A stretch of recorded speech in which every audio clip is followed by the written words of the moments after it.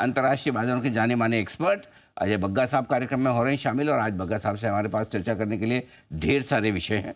सबसे पहले जो जॉब्स डेटा है, रोजगार के भी और बेरोजगारी के भी, जरा समझाएं सर, दोनों में से किस में खुश होना है? नहीं अनिल जी, अगर आप जॉब्स डेटा देखें उसमें अहम बात क्या है कि पिछले 2 महीने के 1 लाख से ज्यादा जॉब्स कम कर दिए। तो डेटा एक्यूरेट नहीं है, जैसे मैं कहता आया हूं कि आधे से ज्यादा कंपनीज रिपोर्ट नहीं करती हैं डेटा टाइम पे, और फिर काफी रिविजन्स हो रही हैं। तो अब क्या दिख रहा है कि लेबर मार्केट सॉफ्ट है, जॉब क्रिएशन सॉफ्ट हो रहा है अमेरिका में। वो दूसरा साथ में जो अनएम्प्लॉयमेंट 4.1% पहुंचा 3.9 के मुकाबले, वो 2021 के लेवल्स पे आ रहा है। तो इन्फ्लेशन घट रही है, जॉब क्रिएशन घट रही है और अनएम्प्लॉयमेंट बढ़ रही है। इससे क्या निष्कर्ष है कि इकोनॉमी शायद थोड़ा स्लो डाउन की तरफ है। उनका जो मैन्युफैक्चरिंग और सर्विसेज का नंबर आया था वो भी कॉन्ट्रैक्शन जोन में आया था। पिछले हफ्ते जो आईएसएम नंबर निकल के आए जून के लिए, जो एक आप कह सकते हैं कि पहले फ्लैश आता है महीने में और फिर महीने के अंत में एक एक्चुअल नंबर आंकड़ा आता है, वो 50 से घटकर आया। तो ये सब देख के यही अनुमान लगाया जा रहा है मार्केट में कि अमेरिकन इकोनॉमी एक सॉफ्ट लैंडिंग की तरफ है, क्रूज पे है और धीरे धीरे वो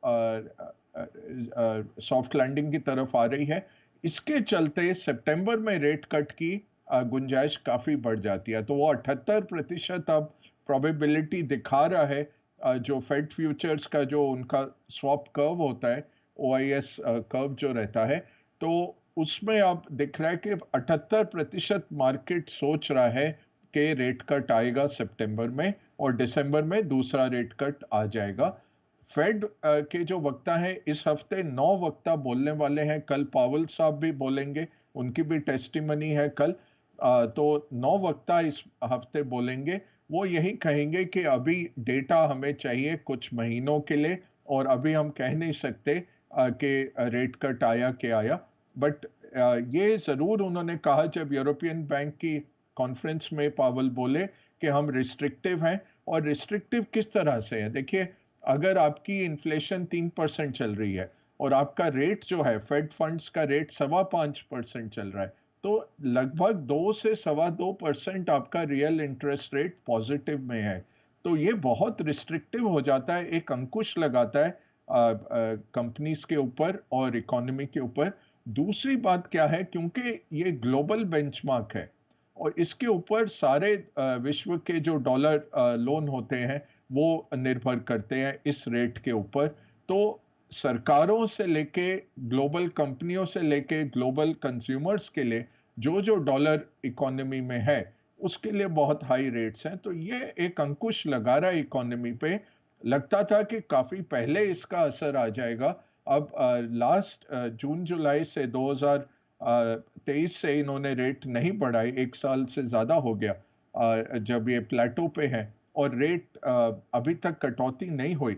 ये थोड़ा सा एक सरप्राइजिंग रहा, क्योंकि इतने नोट छापे गए थे, लिक्विडिटी बहुत थी, वो लिक्विडिटी इकोनॉमी को नीचे नहीं आने दे रही थी।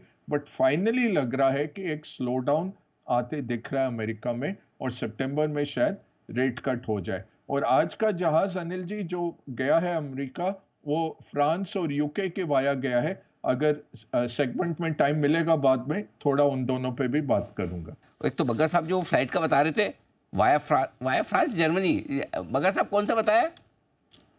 Via France and UK Anil ji. ये हाँ, वो दोनों के इलेक्शन से कुछ कनेक्शन? जी जी जी बताएं जी। सर, समझाएं। हाँ, तो यूके का अनिल जी लेबर को लैंडस्लाइड विक्ट्री मिला, वो एज पर एक्सपेक्टेशन था। बट वहां से क्या पॉलिसी बदल के आएगी वो देखना पड़ेगा। चाहे वो कह रहे हैं कि हम प्रो बिजनेस प्रो वर्कर दोनों हैं, और फिर जैसे ही वो गवर्नमेंट में टेक ओवर किया है उन्होंने, सीधा ही उन्होंने कहा कि इतनी जल्दी आप हल मत सोचिए कि हम लेके आ सकते हैं।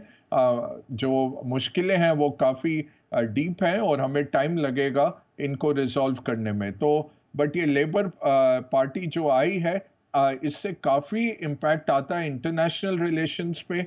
और भारत के साथ जो रिलेशंस हैं वो भी देखने पड़ेंगे।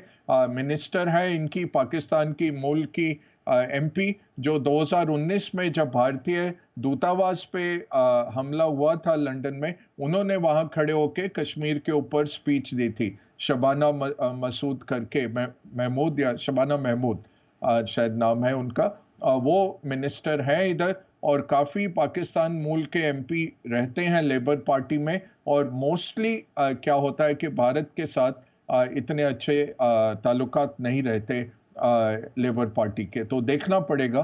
फ्रांस में एक हंग पार्लियामेंट आप कह सकते हैं। फ्रांस का क्या है कि इलेक्शन दो तरफा होता है। पहले फर्स्ट राउंड ऑफ इलेक्शन होता है, उसमें अगर किसी को 50% वोट मिल जाते हैं तो वो घोषित हो जाते हैं विनर, नहीं तो राउंड 2 में जाता है। तो राउंड 1 में बहुत आगे थे जो फार राइट की जो पार्टी है, आरएन करके जो है, वो आगे चल रहे थे। बट राउंड 2 के लिए कम्युनिस्ट और सेंट्रिस्ट ने क्या किया कि हाथ मिला लिया और बिठा दिए कैंडिडेट्स। 200 से ज़्यादा कैंडिडेट्स, 577 उनकी सीटें हैं, 200 से ज़्यादा कैंडिडेट उन्होंने मिले जुले बना दिए। उससे क्या हुआ है कि फार राइट को डायरेक्ट मेजॉरिटी नहीं मिली और जो लेफ्ट है उसको 180 सीटें मिल गई हैं 577 में से। मैक्रोन जो है वो 150 के करीब हैं और 140 के थोड़ा ज़्यादा राइटिस्ट है। तो अब सरकार कैसी बनेगी? मिलीजुली सरकार बनेगी। मैक्रोन ने कहा है कि उनकी पार्टी सरकार नहीं बनाएगी, ये मत जो है उनके लिए नहीं है। बट ये हो सकता है कि सेंटर की पार्टियां लेफ्ट ऑफ थोड़ा सेंटर ऑफ लेफ्ट से और सेंटर ऑफ राइट से कुछ एमपी लेके अगर वो बनाना चाहें, बट फासला बहुत दूर है। तो लेफ्ट के लिए आसान है, उनके पास 180 सीटें हैं, तो ग्रीन्स वगैरह अगर उनके साथ मिल जाते हैं तो उनको जो 240 तक सीटें चाहिए, 50-60 सीटें और मिल जाएं तो लेफ्ट वाले बना सकते हैं। बट देखिए उनका जो आज सबसे पहला बयान आया कि 2 हफ्ते में हम पैलेस्टीन को रिकग्नाइज कर लेंगे, तो उनका जो मुद्दा है वो है टैक्स बढ़ाने का और बहुत ज़्यादा खर्चा करने का और इमिग्रेशन खोल देने का। लेबर ने भी क्या कहा, जो कंजर्वेटिव्स ने बनाया था कि जो भी इमिग्रेंट आएगा वो पैसे दे रहे थे कि रवांडा में उनको हम बसाएंगे, तो उनको हम रवांडा भेजेंगे और पैसे देंगे उनको भी और रवांडा को भी अफ्रीका में। वो उन्होंने एकदम खारिज कर दिया, बोला हमारे दरवाजे खुले हैं, जिसको इमिग्रेट करना है वो आए। तो सेम चीज़ ये कम्युनिस्ट है जो वेलकम करेंगे इमिग्रेशन को, और जो फार राइट था वो एंटी इमिग्रेंट था। सेंटर में मैक्रोन कोशिश कर रहे थे कि किसी तरह चलाया जाए प्रो इकोनॉमी, तो इकोनॉमी को क्षति है। यूरो आज डाउन है, फ्रेंच मार्केट भी आज डाउन जाएगा, क्योंकि अगर कम्युनिस्ट आते हैं तो टैक्स बढ़ाएंगे और खर्चे ज़्यादा करेंगे। तो जो लिज ट्रस ने जिस तरह की बजट लेके आई थी अनफंडेड एक्सपेंडिचर की, हो सकता है फ्रांस में भी वैसा एक बजट आए और उसके चलते फ्रांस के मार्केट थोड़े डावाडोल हो सकते हैं। ये अहम क्यों है? यूरोप की दूसरी बड़ी इकोनॉमी है और यूएन में 5 जो परमानेंट मेंबर हैं उसमें से फ्रांस एक है, तो अहमियत ज़रूर है इनकी। और भारत के साथ रिलेशंस में इतना फ़र्क नहीं पड़ता है, बट हमारे डिफेंस के करार ज़रूर हैं, राफेल के और डसॉल्ट के साथ वगैरह।